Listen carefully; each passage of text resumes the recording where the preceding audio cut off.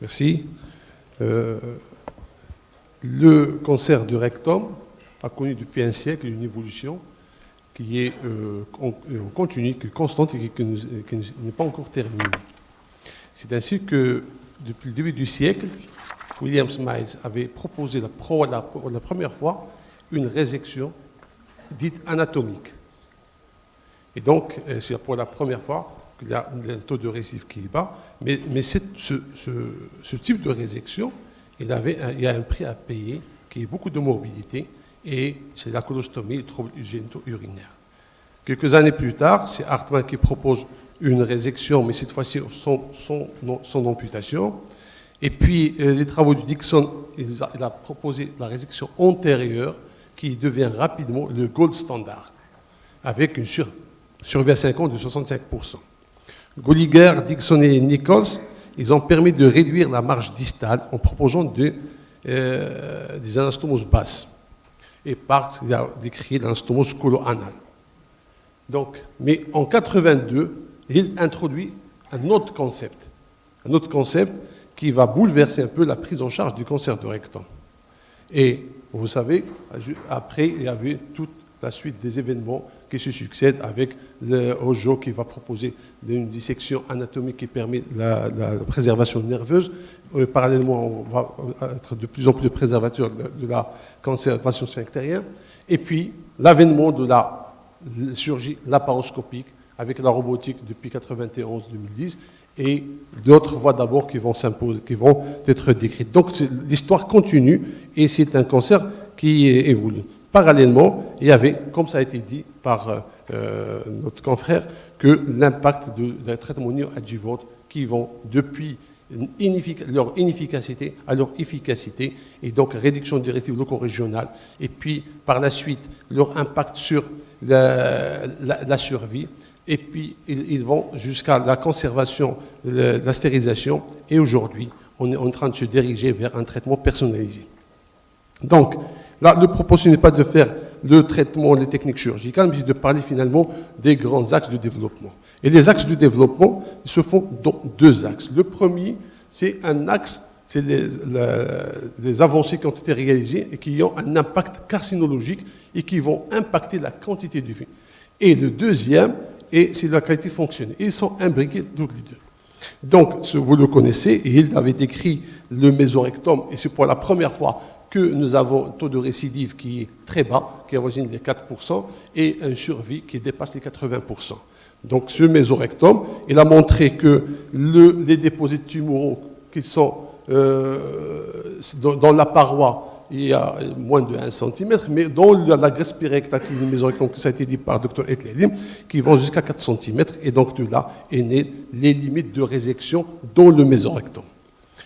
Et de façon parallèle, donc dans la paroi, moins de 1 cm qui devient la règle, exceptionnellement 2 cm.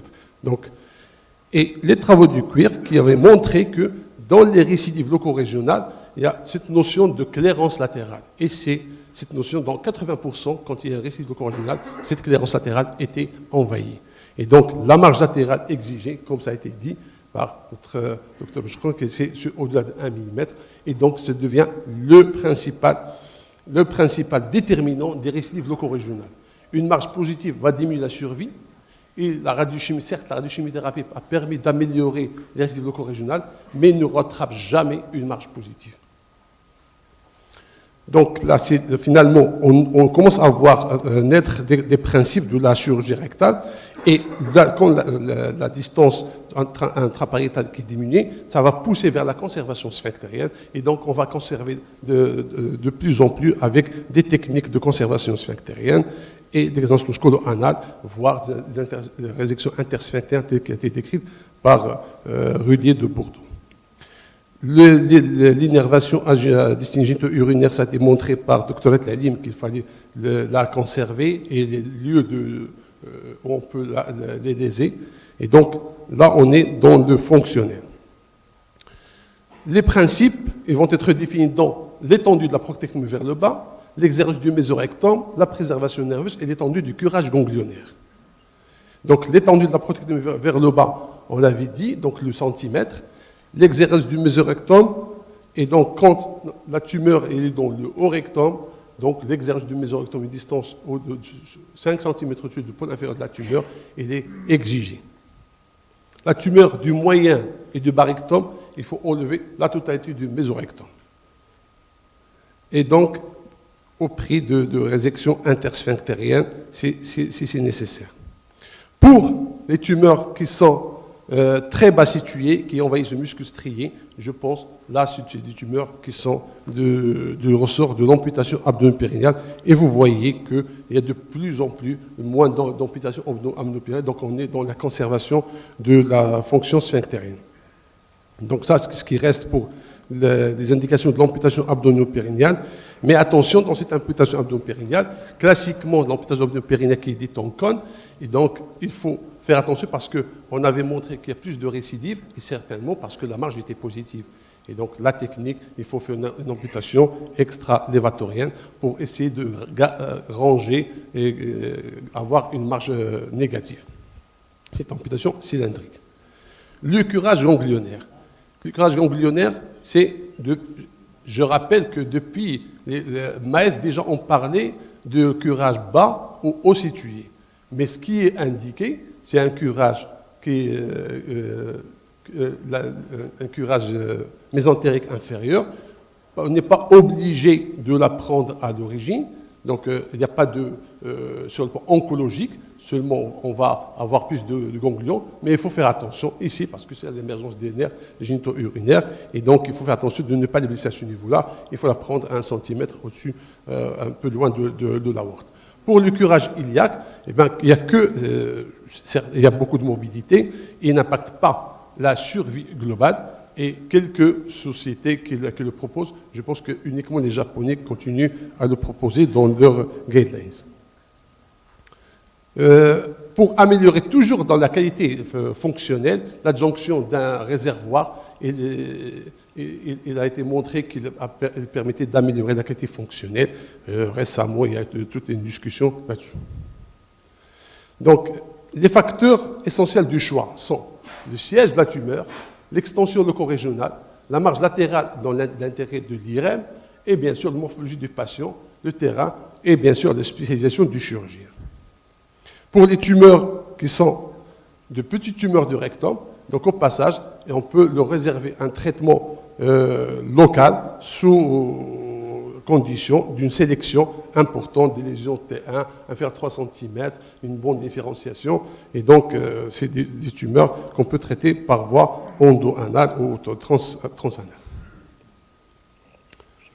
Donc, comment choisir? Bien sûr, l'examen clinique, l'écho endorectal quand c'est indiqué pour le TNT2, l'IRM, évaluation initiale, et bien sûr par rapport au pôle inférieur. Et la décision sera faite entre est-ce qu'on va faire une conservation sphinctérienne ou pas. Et bien sûr, pour les cas où on a fait un traitement néoadjuvant. Globalement, pour le cancer du haut rectum, exérèse du rectum et du mésorectum 5 cm du pôle inférieur de la tumeur, et bien sûr une astomose colorectale mécanique ou manuelle. Pour le moyen rectum, toujours exérèse complète du mésorectum, anastomose colo-anale protégée avec un réservoir, il est recommandé.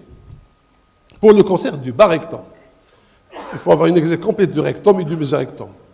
Si on peut avoir une marge distale macroscopique de 1 cm au moins, et surtout une marge latérale supérieure au millimètre, donc on peut proposer la conservation sphinctérienne. Sinon, c'est du ressort de l'amputation abdominopérinéale.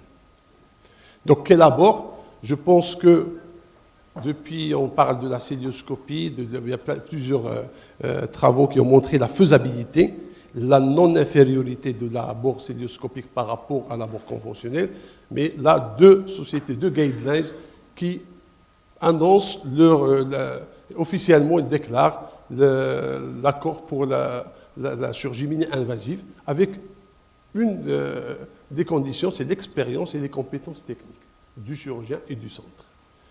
Pour les Américains, il y a des limites à d'abord la mini-invasive, c'est les tumeurs localement avancées, et si une marge circonférentielle n'est pas possible, et surtout le contexte d'urgence. Pour les Japonais, et sur l'importance de la localisation de la tumeur, l'obésité et de la chirurgie abdominale ouverte antérieure.